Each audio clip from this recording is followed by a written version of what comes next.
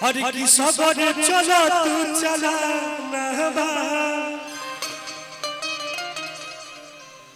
मधेपुरा पप्पू जादव के दीवाना बा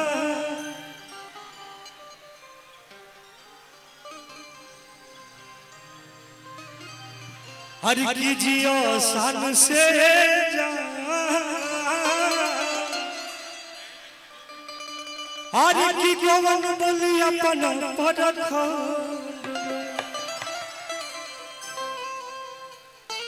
टुनटुन जी हाँ मधेपुरा की धरती ऐतिहासिक है जो पप्पू यादव जैसे दिग्गज को पैदा करती है और वो शेर हिंदुस्तान में बिहार के नाम को रोशन करता है। एक बार जोरदार तालियां राजेश रंजन भैया के लिए होनी चाहिए।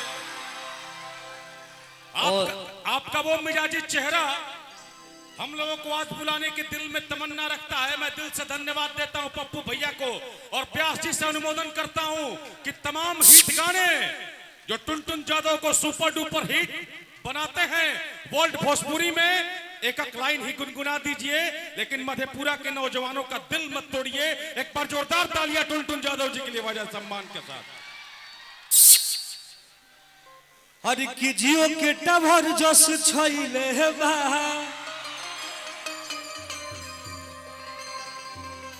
आ एरिया में हलफा मचैले बा और सब जिला तारा लोग के भैया वे ही लैले बा। लेकिन आई गार्जियन का आदेश है कि वो जियो शान से जान कौन बोली अपना प्रखंड में। और आज हम आप सबों से बता दें कि मुझे हमारे भोजपुरी के बहुत अच्छे अच्छे नंबर 1 हमारे गार्जियन लोग बैठे हुए हैं जो लोग बजा रहे हैं। मुझे गीत संगीत के बारे में कुछ जानकारी नहीं है, बस प्यार है। हम एगो जिद्दी लड़का है और फील्ड में आग होनी तो आप सबके भरपूर प्यार हमारा आशीर्वाद मिले लागल।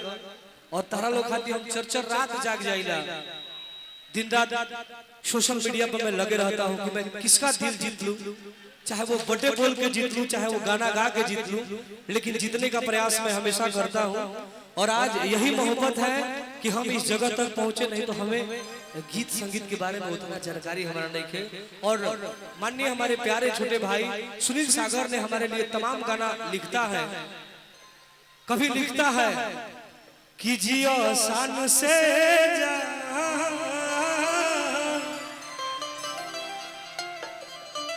अरे की कौन बोली अपना परखंड में। टुनटुन जी गार्जियन एक गाना का डिमांड है कि देखिए हमें अभी एक फरमाइश है कमेटी के लोगों का। जब तक आदेश नहीं आएगा नहीं तो हम गाना कबे गा दिए होते। हर की छेद हो जाई तोरा बाती में रे हमारी सिक्सर के 6 गोली छाती में रे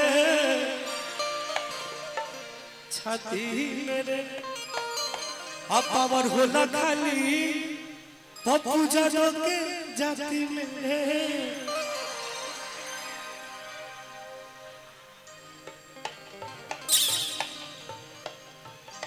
हाँ देखिए आदेश होना चाहिए, आदेश। हर की जंगल में शेर जैसे राजा चुनला जिला के अनबर अब पूजा तो कहले। देखिए रिकॉर्डिंग डांस लोगों का आदेश है कि रिकॉर्डिंग डांस होना चाहिए, लेकिन हम गाना गा रहे थे।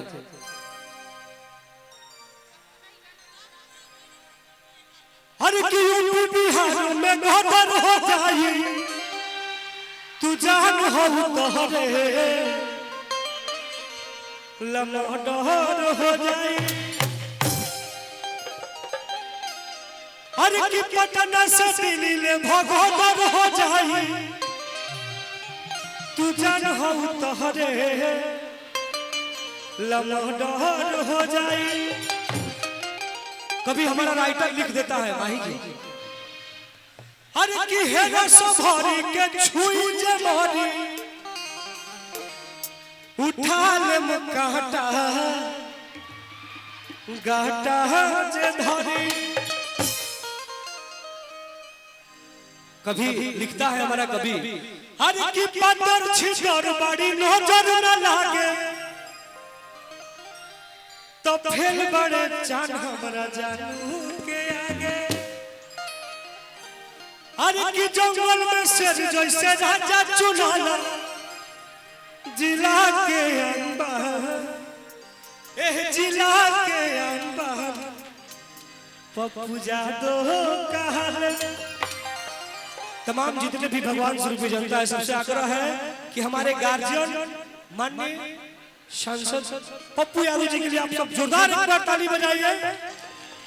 और आप लोग आदेश दीजिएगा तो हम चाहते हैं कि एक रिकॉर्डिंग बजे, एक नहीं पूरे रात बजते रह जाए। कभी कभी हम भी गाएंगे और हमारे भोजपुरी के बहुत लोग आए हैं, प्यारे बड़े भैया अंकुश राजा भैया और लोग भी आए हैं, लेकिन हम चाहेंगे गाना हमारे बाजे के चाहिए।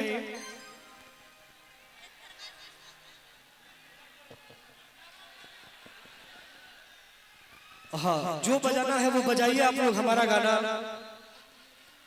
अरे की नाम बराबादी हमारे